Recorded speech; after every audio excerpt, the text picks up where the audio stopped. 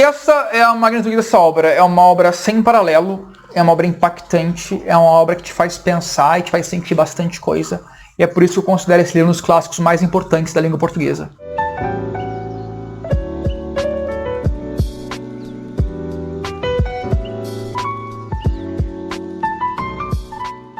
Olá pessoal, meu nome é Cabeça Di, espero que estejam tendo um excelente dia. Hoje meu objetivo aqui é conversar sobre um livro um pouco complicado. Eu acho que é fundamental para tentar ajudar a entender esse país, que é Os Sertões de Euclides da Cunha. Originalmente publicado em 1902, esse livro conta a história da campanha militar contra Canudos e Antônio Conselheiro. Mas esse livro também é muito mais, ele é sobre muito mais do que isso. Euclides da Cunha, o autor, ele nasceu em 1866 e morreu em 1909. Ele foi morto em uma espécie de duelo contra o amante da sua esposa. Uma história bem trágica e complicada. Escritor, jornalista, ele foi convidado pelo jornal Estado de São Paulo para poder cobrir os estágios finais da luta em Canudos. Só que chegando lá, como correspondente de guerra, ele acabou vendo mais do que ele gostaria, ele acabou vendo mais do que ele esperava e o que aconteceu transformou ele e transformou o objetivo também dele estar lá e acabou criando esse ímpeto de escrever esse livro.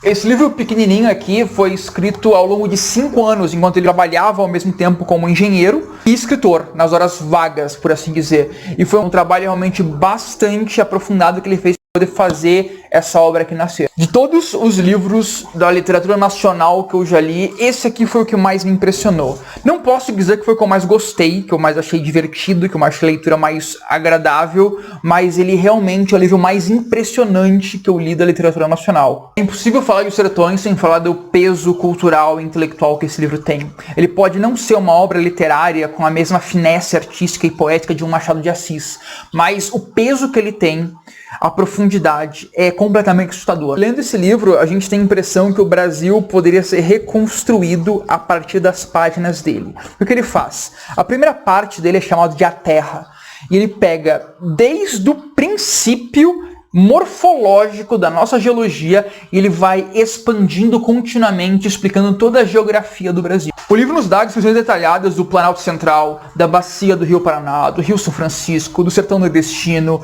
dos Chapadões de São Paulo. Então ele realmente é uma coisa que consegue construir a geografia de uma maneira muito detalhada. Isso tudo é mais importante do que parece, por causa que o Euclides da Cunha ele não desassocia o evento de Canudos das raízes populares e culturais, sociais, ligadas ao povo. E ele começa do começo, ele começa do chão que as pessoas pisam e como é que isso influenciou a formação cultural daquela região. E o sertão é elaborado de uma maneira bem especial, ele tem bastante destaque, o bioma da Caatinga e a relação cruel que existe, complexa, entre o clima e o regime de secas com a flora e a fauna. E esse é um ponto que a linguagem do texto ele é bem interessante, porque o Euclides parece que não consegue se conter diante da majestade, ele acaba empregando uma linguagem bastante épica nessas partes. É uma parte bem maçante de ler, eu não posso mentir para você. Descrições de geografia, biomas, fauna, flora e as complexidades que tem nessa região e que a gente acaba ficando muito perdido com os nomes. Mas graças à linguagem que ele emprega, a gente consegue passar por essa parte. Observem.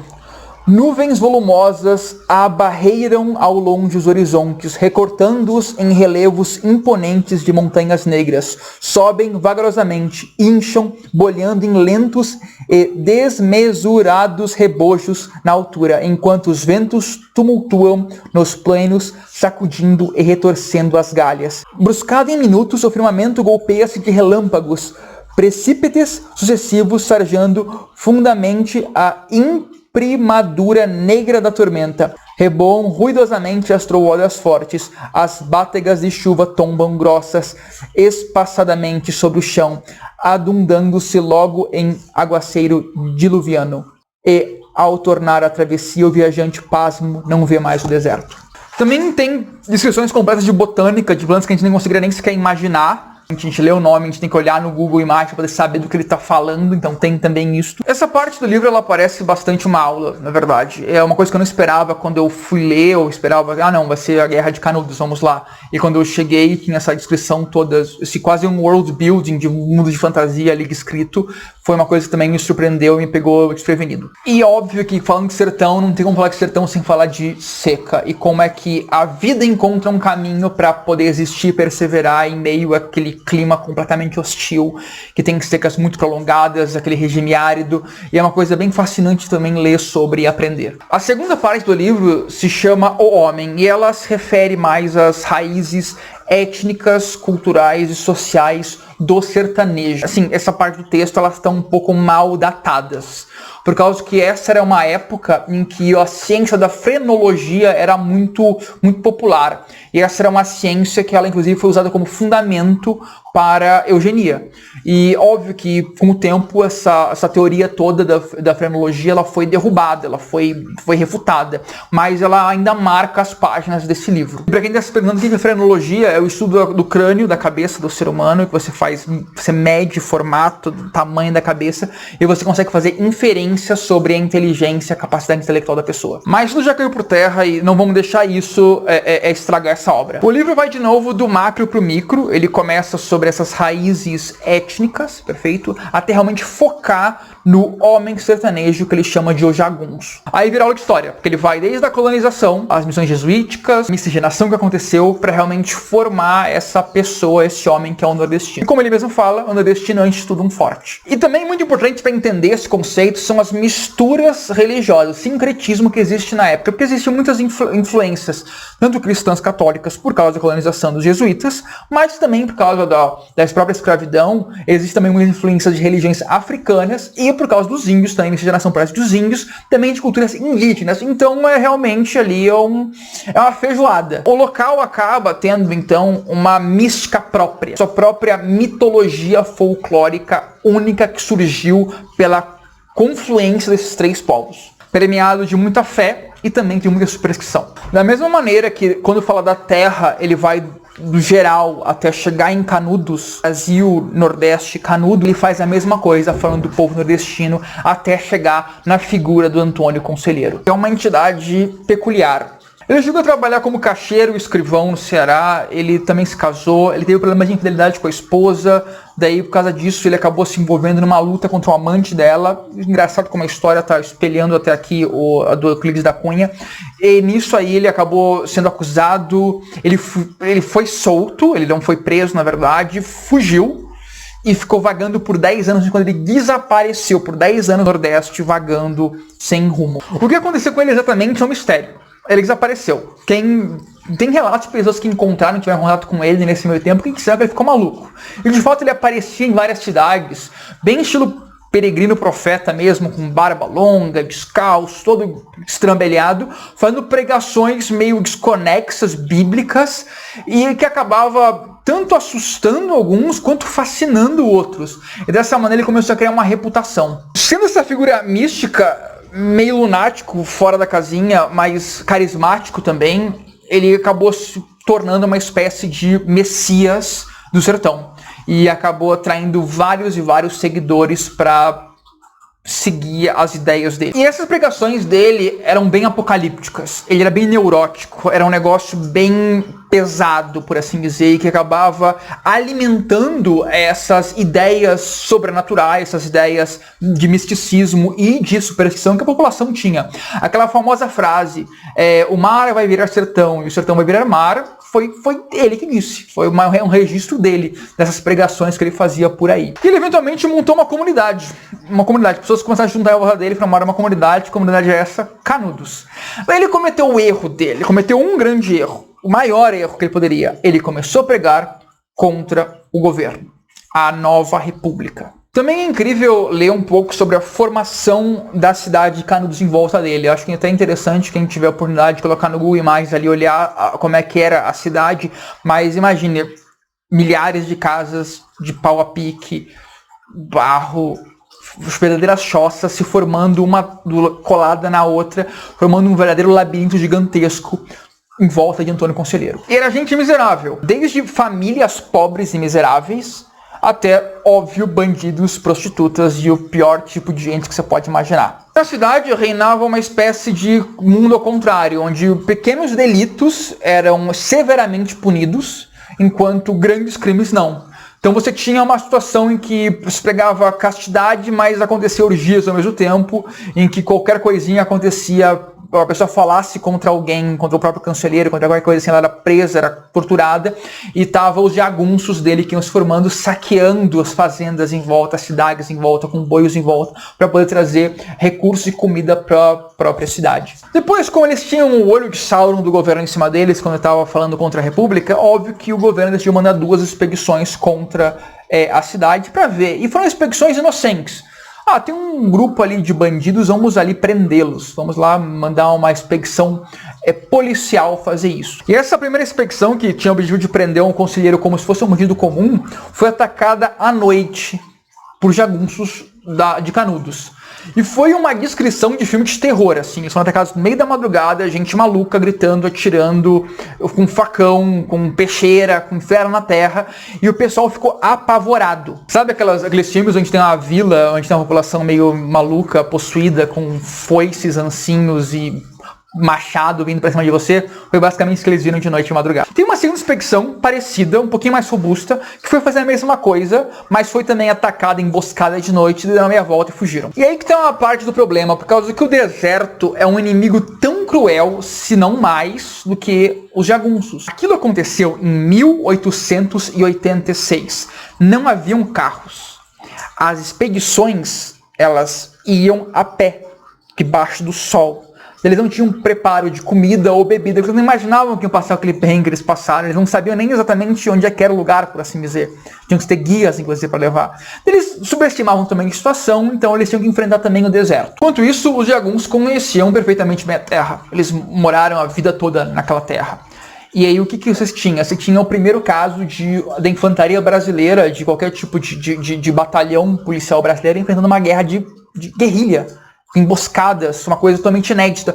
Por que o pessoal tinha? O pessoal tinha aqueles manuais austríacos e franceses de guerra, datados da era napoleônica. Então eles não faziam ideia de como é que você enfrentava aquele tipo de coisa. Imagina, você passa por tudo isso, você vai lá, você atravessa o deserto, sede, sol, inferno na terra, e você é atacado por um bando de gente sem nenhum amor à vida, enlouquecida, com armas improvisadas.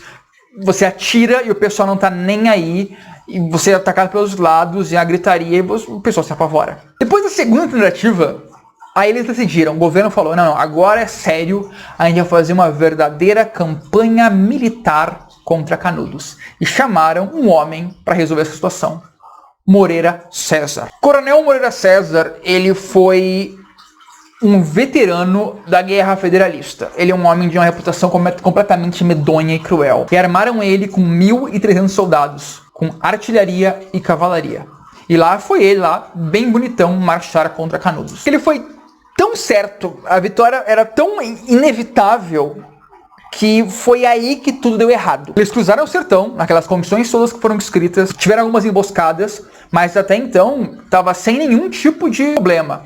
Inclusive o Moreira César chegou a ver um dos rifles improvisados, uma coisa completamente porca, que os pessoal usavam, e eu pensava, meu Deus, esse pessoal aqui tá desarmado, tá usando uma arma de matar passarinho para poder enfrentar a gente, é impossível perder. Eles chegaram até Canudos e prepararam um ataque. De frente à cidade dantesca, eles prepararam um ataque direto, com artilharia, bombardear o centro e o pessoal invadir Canudos. Canudos não é uma cidade normal, ela é uma cidade construída com as casas de maneira aleatória, ela é um labirinto, é uma colada na outra, cheia de vielas.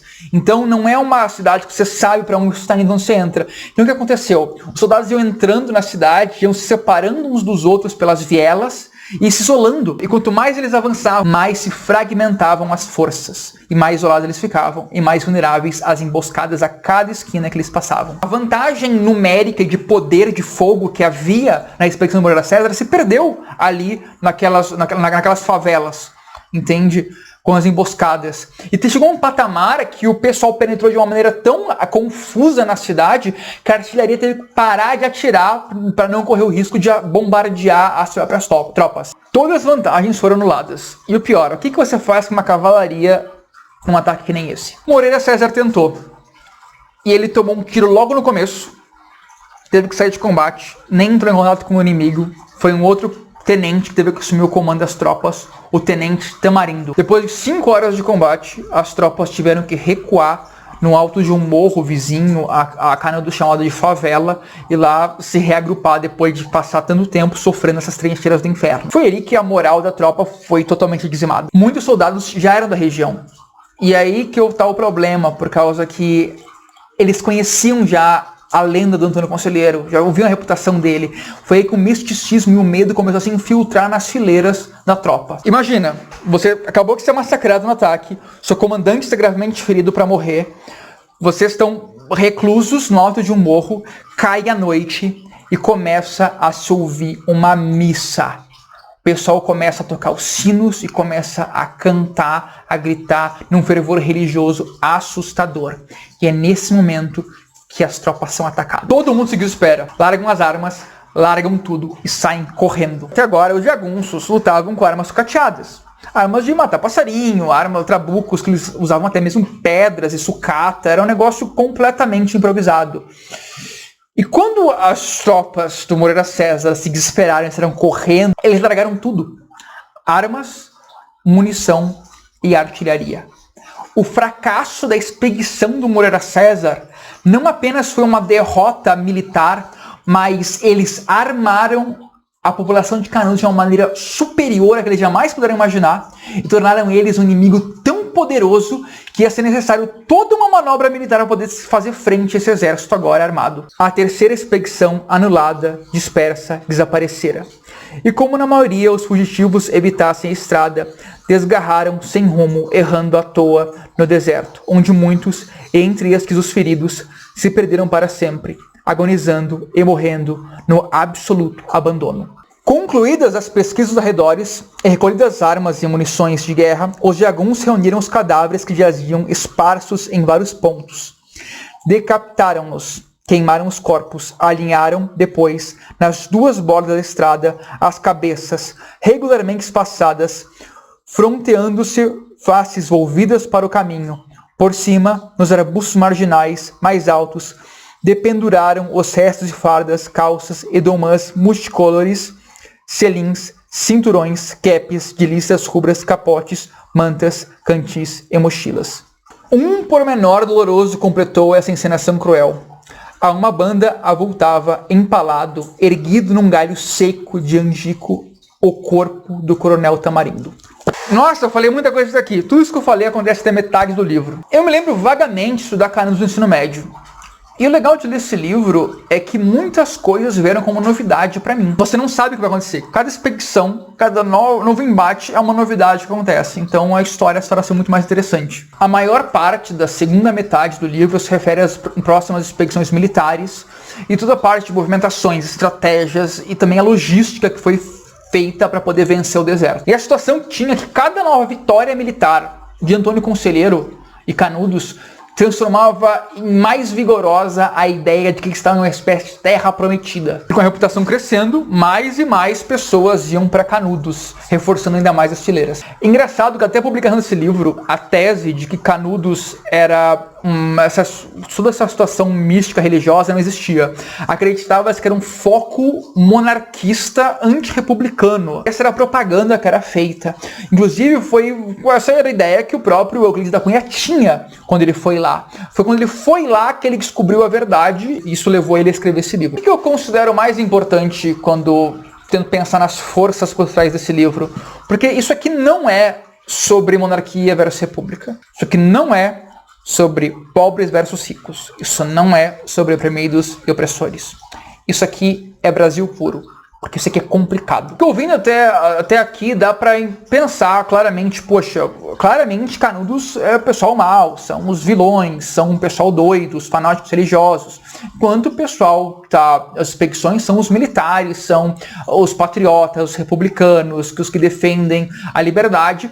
E acontece que não é exatamente assim. As coisas do meio pro final começam a degringolar muito feio. Não é preto no branco. É cinza, e um cinza bem apodrecido. Havia bandidos em Canudos? Havia. Foram cometidos crimes horríveis e hediondos? Foram. Mas também Moreira César era famoso por coisas parecidas. Tem que lembrar que muita gente vivia em Canudos por causa da ilusão da salvação religiosa também. Então tinha muita gente lá que realmente eram pessoas ignorantes e com fé. e não eram pessoas más. E tem que lembrar o seguinte, que no final das contas, quando tem as forças expedicionárias, quem mora em Canudos, em última análise, são pessoas defendendo a sua casa de um invasor. Essa é a natureza da guerra. Todo mundo tinha a sua parte de brutalidade, de violência, de vingança também. Os próprios expedicionários queriam se vingar das coisas horríveis que aconteceram, e os próprios moradores de Canudos também queriam se vingar desses constantes ataques. Então era um clima realmente de ciclo da violência, sangue gerando sangue. Então também houveram atos de heroísmo. O comandante do 25º, Major Henrique Severiano, teve idêntico destino. Era uma alma belíssima de valente. Viu em plena rêfrega uma criança abater-se entre as chamas. Afrontou-se com o incêndio, tomou-a nos braços, aconchegou no peito, criando com um belo gesto carinhoso o único traço de heroísmo que houve naquela jornada feroz, e salvou-a. Mas expusera-se, baqueou, mal ferido, falecendo poucas horas depois. E isso que deixa no final um gosto amargo nessa história, porque é o gosto de tragédia. E Euclides, como repórter lá, ele viu isso, ele viu os crimes que aconteceram. Então ele não fez essa obra para defender A ou B. Ele fez como uma obra de ataque. Ataque aos crimes cometidos em Canudos, de certa maneira por ambas as partes. Quando a campanha estava chegando ao fim, a cidade estava sendo rendida, vários prisioneiros foram feitos, vários abusos foram cometidos, torturas e até mesmo execuções sumárias, que o próprio Euclides da Cunha testemunhou e que pivotaram completamente a mente dele, quando estava ali apenas como alguém para fazer o seu artigo de jornal. Ele realmente percebeu que a obra dele seria muito maior quando ele entendeu o que estava acontecendo ali. Os próprios jagunços, ao serem prisioneiros, conheciam a sorte que os aguardava. Sabia-se no arraial daquele processo sumaríssimo, e isto, em grande parte, contribuiu para a resistência douda que patentearam. Render-se-iam, certo, atenuando os estragos e o aspecto odioso da campanha, a outros adversários. Diante dos que estavam lá, porém, lutariam até a morte. Canudos nunca se rendeu. Foram retiradas as crianças, os inválidos e as mulheres. Mas os lutadores ficaram lá até a morte. Até a morte do absoluto último deles. E essa é a magnitude dessa obra. É uma obra sem paralelo, é uma obra impactante, é uma obra que te faz pensar e te faz sentir bastante coisa. E é por isso que eu considero esse livro um dos clássicos mais importantes da língua portuguesa. O trabalho de Euclides da Cunha, ao inserir tantas referências geográficas, históricas, científicas, religiosas, é uma coisa completamente incrível. É realmente de deixar o queixo cair. Mas qual que é o grande dilema desse livro? Ele é difícil de ler. Por Deus, eu acho que é provavelmente o livro mais difícil que eu já li. Eu li isso aqui enquanto eu li A Guerra e Paz. Guerra e Paz parecia um passeio no parque com a vovó. O português do livro é completamente arrastado e muitas palavras são desatualizadas. Pior, uma das palavras, elas não só não têm um significado que você conhece mais do português, mas elas têm um significado oposto ao que você pressupõe. A parte 1 e 2, elas são as mais lentas e mais difíceis de ler. Mas a partir do momento que você começa a perguntas militares, a coisa flui melhor na parte narrativa também. A edição que eu tenho é do Clube de Literatura Clássica, e nessa edição, a parte 1, A Terra, tem 79 páginas. E nessas 79 páginas, apenas nelas, tem 515 notas de rodapé. Eu acredito que devem ser 80% delas para explicar vocabulário, enquanto as outras são realmente notas mais explicativas de outras coisas, como a da parte botânica, da parte histórica. E isso acaba deixando a leitura muito truncada. Eu vou falar que foi isso que salvou o livro para mim também, por causa que ia ser muito difícil entender esse livro sem essas notas. Então eu até recomendo, se alguém for buscar uma edição, que seja uma edição como essa, ou alguma com muitas notas de rodapé também, ou que você, sei lá, leia com um super dicionário do lado. Mas o ponto é que algumas vezes eu senti que as notas eram demais. Por exemplo, você não precisa de uma nota de rodapé para me explicar o que significa culminarem. Eu sei o que significa culminarem, é uma palavra normal. Para vocês terem uma ideia, eu tenho um amigo meu na Califórnia, que é americano, e que eu dei esse livro da Penguin Edition em inglês para ele. Ele leu esse mesmo livro em 2 semanas. Eu o levei 2 meses para ler. E como que eu li isso? Eu me comprometi a ler pelo menos 10 páginas por dia. Frequentemente conseguia mais. Mas é importante você sempre ter algum tipo de meta para você conseguir vencer as dificuldades. Eu inclusive fiquei me perguntando se não seria mais fácil ler ele em inglês. E é exatamente isso que você faz quando você tem um livro difícil. Você lê devagar, uma página de cada vez. Você não desiste. Não precisa ter ansiedade para tentar ler 1 milhão de livros por mês. Leia devagar o que esse livro pede, respeita o livro. E um livraço que nem esse aqui merece esse passo, merece esse comprometimento, merece essa paciência. É incrível. 5 estrelas, super recomendo. Se você gosta de história do Brasil, geografia, botânica, histórias militares e também regionalismo nordestino. Esse livro tem bastante regionalismo nordestino, então acho que vocês provavelmente, se você gosta desse tipo de literatura, você vai gostar muito também. Então é isso, pessoal, espero que tenha gostado. Se você gostou, se inscreve, curte, você sabe como é que funciona. E espero que todos tenham um excelente dia, boas leituras, fiquem com Deus, até mais.